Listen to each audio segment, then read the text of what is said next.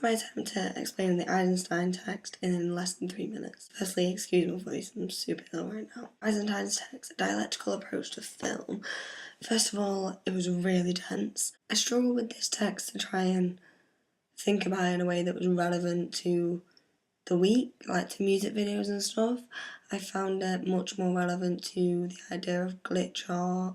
But the main point that Eisenstein made, which I found interesting, is that art is always conflict. That's for 3 reasons: because of its social mission, because of its nature, and because of its methodology. Okay, art's a conflict because of its nature, because this intersection that happens between nature and industry in the world tends to create art. Art's also a site of conflict because of its social mission.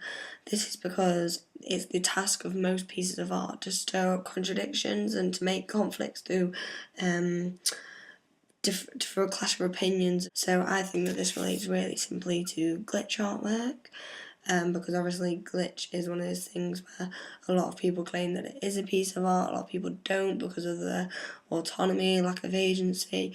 There's this debate that goes on around it, which obviously reflects exactly that art is a site of conflict. The strangest thing I found about this text was that it was supposed to be about film, and he says that he agrees at the end with Lenin's claim that cinema is the most important form of art, but he spends most of the time comparing things to music. Like, he explains that architecture is like frozen music. So in this sense, art becomes interchangeable with each other, and there are links between different art forms, which is pretty interesting. This idea that art is everywhere leads on to the idea that irregularity is also the basis of art.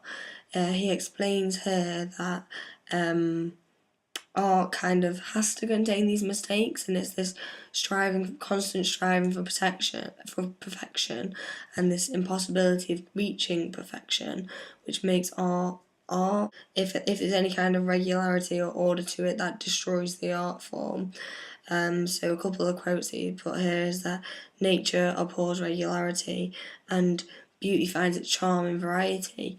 So this is kind of saying that anything that's simple, so in the case of film, like he's trying to explain, any film which follows a really typical narrative or kind of copies another film form or looks similar to another film, it becomes as boring, it's not as beautiful, it's not as high-end art. The more kind of avant-garde and controversial the art, the more artistic it is.